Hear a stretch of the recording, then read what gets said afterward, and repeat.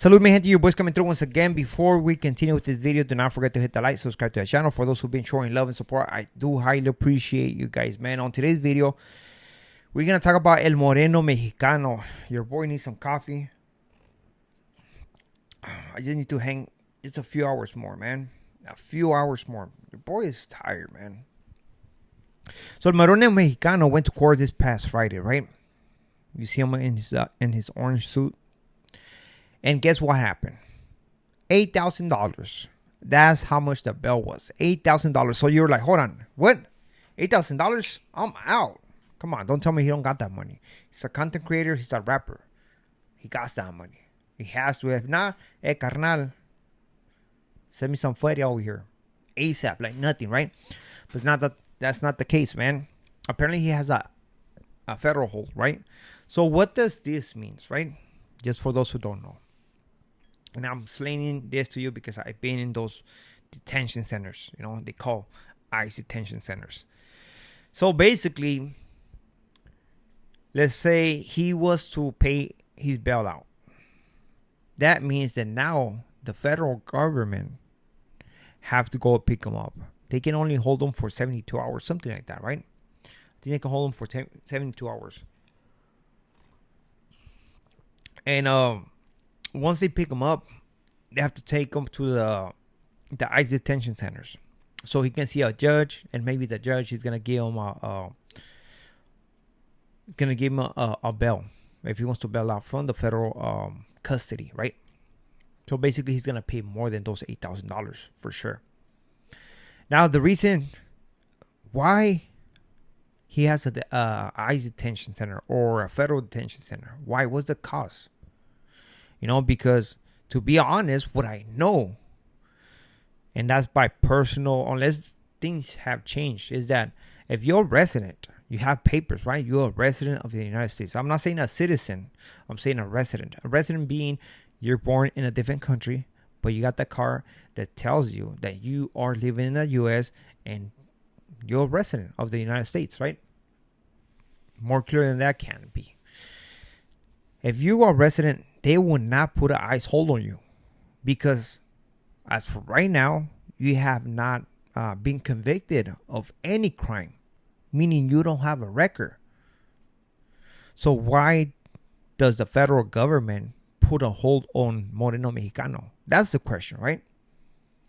The only logic that I can think of is that this individual had some kind of visa, like a visiting visa, tourist visa, one of those visas that's supposed to just, just help him be in the United States for 6 months, and then he has to come back to Mexico and then again go back to the U.S. Maybe that's what he had. Or he was actually illegal in the States. And the reason why I'm saying that he's illegal in the States is because he had did a video on his TikTok in where somebody in his comment section say something about if you love your country so much, right? Because he was pushing that Mexico with everything, right? With the flags, the songs. The guy used to get down, man. You know what I mean? Shout outs to El Moreno Mexicano. So this comment said, if you like Mexico so much, why are you living in the U.S. illegal, right? So that's the reason I'm saying that he's illegal. And that's basically what makes sense why the federal government, the ICE agents, put a hold on El Moreno Mexicano, right? So if he was to pay those $8,000, which, man, I don't know if he's going to do that. You know, I don't know if he was going to do that. But he was to pay those $8,000. He's going to go to ICE. And I don't know how much you're supposed to pay once you're in an ICE detention center. Or if he's going to be granted bail, right? What I heard is that most of those people that go in there, they get granted bail. Straight up, man. But I don't know what's going to be the case with El Moreno Mexicano. Why? Because he has a case pending, right? So he could, I don't know, man. It is complicated. Let's not forget that he could have prevented this accident by not drinking and driving, man. Sadly, somebody became unalive, and now he's being charged with vehicle manslaughter, man, just to say it in a nice way, you know. And it sucks, man, because I loved his story, man. I love his fucking story. I swear, man. You know, not seeing his mom, his family for 25 years. Drags the joint, man. That's his big brother, man. Never knew him. Only talked to him through the phone. They have a fucking wonderful story, man. And for somebody just to throw away part of their freedom, right? Because he's not gonna do life. You know, he's just gonna do let's say 10, 15 years, man. I'm guessing. I might be wrong. But to throw that away just because you want to drive when you're intoxicated, it's not cool, man. That's what I'm saying. I always think about your decisions, man. Like when I was researching his information, man, I'm seeing videos of him seeing his mom for the first time after 25 years, man. For those who don't know his story, basically his mom left Mexico. They're from Guerrero. Left Mexico when he was months old. So basically the mom and dad move out, right? Left him with his grandma when he was months old. They crossed over.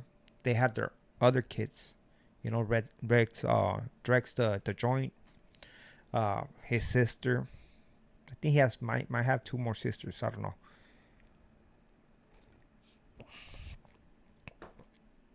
And they never seen him. They never seen him. He grew up over there. Eventually, he went to the U.S. I don't know at what age. And after 25 years, man, right now he's 26. El Moreno Mexicano is 26. So after 25 years, he got to see his mom. You know, it just happened, man, and it's sad on both sides, man. Nobody wants to be the family member of that person who became unalive. And I can only imagine the pain that her mom is going through. You know, like, damn, it's been 25 years. Finally, I got to see my son, and now this is happening again. It sucks, man. For those who have done time, who have family members who are doing time, you will understand how painful that is, man. But it goes back to your decisions in life, man. Pay attention to the decisions, because even though you think your decisions only affect you as a person, nah, man, it affects a lot of people, man. It would affect a lot of people that you won't even consider. Just put it that way, man. So just be careful. I don't think he's gonna get out anytime soon. If I have to give him some advice, I would say bail out. But at the end of the day, I don't know how secure that will be, right? Because we have federal agents that actually give you bail. You have to pay that $1,000, that not $1,000, thousands of dollars in bail, so you can be released for federal custody. But then eventually you appear on that list, and whenever you go to court, or whatever the case might be, they're probably gonna show up to your house, pick you up again, and now send you back to Mexico, man. So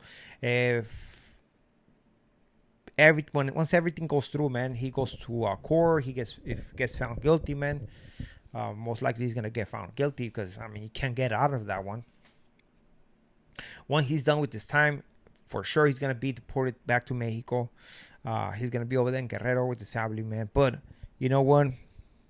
Hopefully, now with social media, I think it will be way easier, man. Wherever he's staying at, social media, that's where it's at. You know, so hopefully everything comes good. Nothing but the best wishes to him, his family, the family of the guy who's no longer with us, man.